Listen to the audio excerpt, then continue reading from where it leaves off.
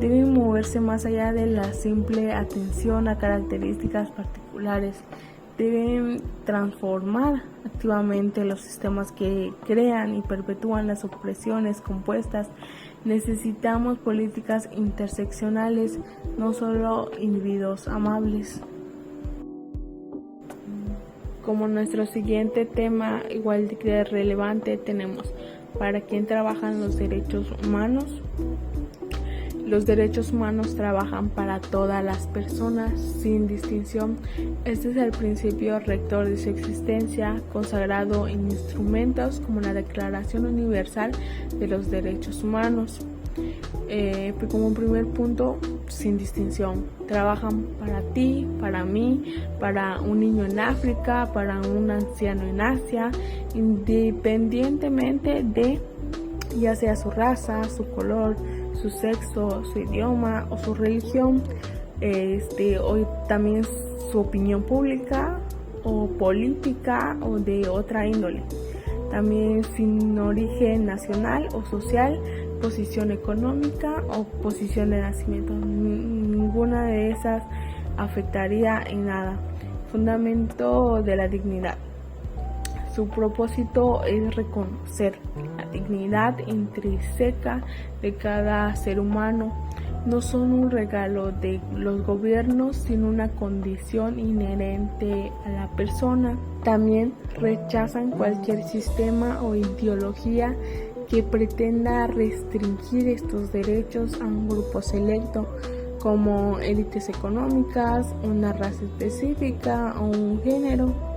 Aunque los derechos humanos son universales, en la práctica su trabajo se enfoca intensamente en la protección de aquellos que están en una situación de mayor riesgo o de vulnerabilidad frente al abuso de poder o la desigualdad estructural, así como también los desprotegidos históricamente, que trabajan esencialmente para las minorías como son raciales, étnicas, religiosas, sexuales o grupos vulnerables como niños, ancianos, personas con discapacidad o afectados por la pobreza extrema, que son personas sin un techo, habitantes de zonas marginadas, o defensores y opositores como periodistas, activistas o opositores políticos. Operan como un escudo contra las prácticas discriminatorias que históricamente han negado la igualdad de derechos a ciertos grupos. Buscan garantizar que nadie sea dejado atrás o vea sus derechos violados por su pertenencia a un grupo, así como también se les da prioridad de acción a las agencias de derechos humanos y los mecanismos internacionales priorizan la documentación y las denuncias de violaciones que afectan a estos grupos donde el riesgo de impunidad es mayor. Como lo seguramente ya mencionado en anteriores temas, la concepción moderna de los derechos humanos es el resultado de una larga evolución filosófica y legal marcada por la reacción a la tiranía y a la guerra. En esencia, los derechos humanos trabajan para el ciudadano y contra el abuso de poder del actor más poderoso en cualquier sociedad, el Estado. El Estado tiene la obligación de proteger los derechos, la función de garante, pero también es el actor con mayor capacidad de violarlos, fuerzas de seguridad, sistema judicial, legislaciones y más. También trabajan los derechos como frenos, que es que trabajen para estabilizar límites claros a lo que el Estado puede y no puede hacer. Por ejemplo, el derecho a no ser torturado limita el poder de la policía y el ejército. El derecho a un juicio justo limita el poder del sistema judicial. O también el derecho a la libertad de expresión limita el poder del gobierno para censurar. Para el orden y la justicia, buscan garantizar que la coexistencia social se base en el Estado de Derecho y no en la arbitrariedad a la fuerza bruta. para las sociedades justas. Los derechos humanos no solo trabajan para los individuos, sino que tienen una función crucial para la sociedad en su conjunto, promoviendo estructuras más justas y pacíficas y desarrolladas, la paz y estabilidad.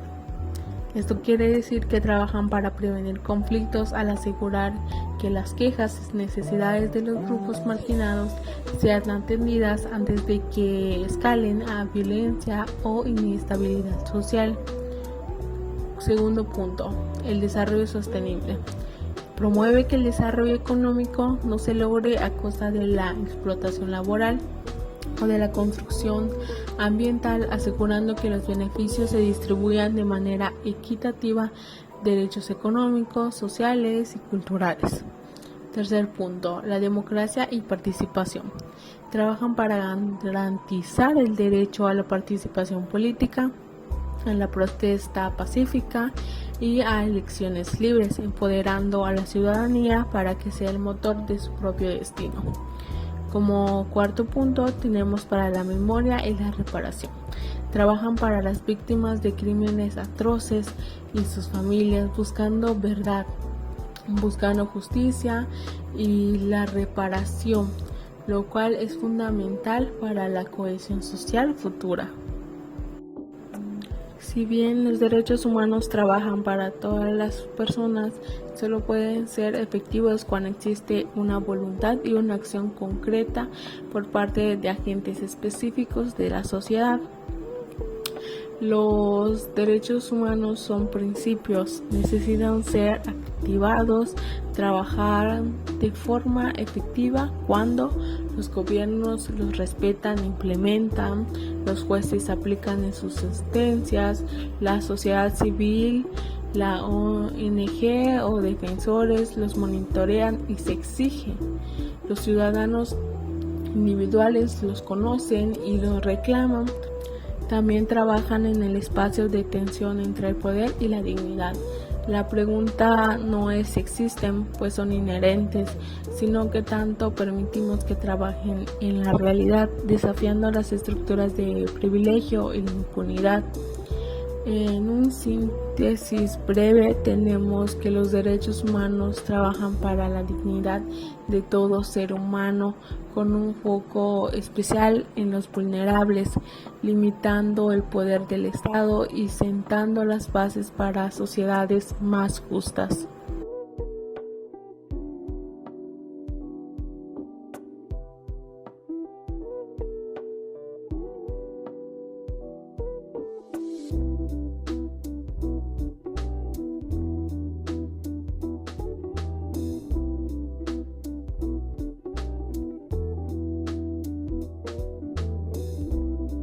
Modificaciones al artículo 3 de la Constitución Política Mexicana.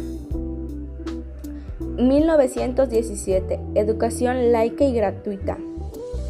Tras la Revolución, se estableció que la enseñanza en escuelas oficiales debía ser laica y gratuita, vigilada por el Estado, excluyendo a la Iglesia del control educativo.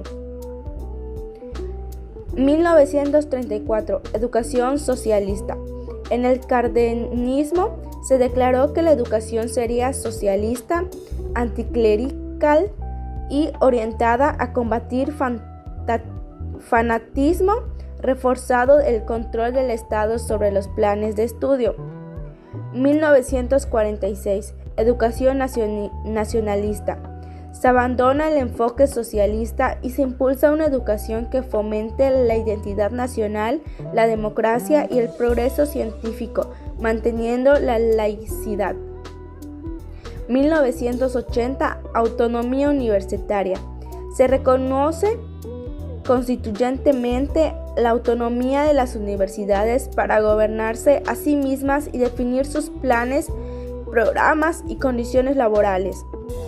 1992. Libertad religiosa en escuelas privadas. Se eliminan restricciones a la Iglesia y se permite la enseñanza religiosa en escuelas particulares. Forma parte de la modernización del Estado. 1993. Secundaria obligatoria. Se amplía la obligatoriedad escolar a primaria y secundaria. Se establece que el Estado debe atender todos los tipos y modificaciones educativas. 2002. Preescolar obligatorio. Con la llegada del PAN al poder, se integra el preescolar como parte obligatoria de la educación básica. 2011. Derechos humanos. Se incorpora el respeto a los derechos humanos como principio educativo. 2012. Media superior obligatoria. Se amplía la obligatoriedad hasta el bachillerato. 2013. Educación de calidad y creación del INE.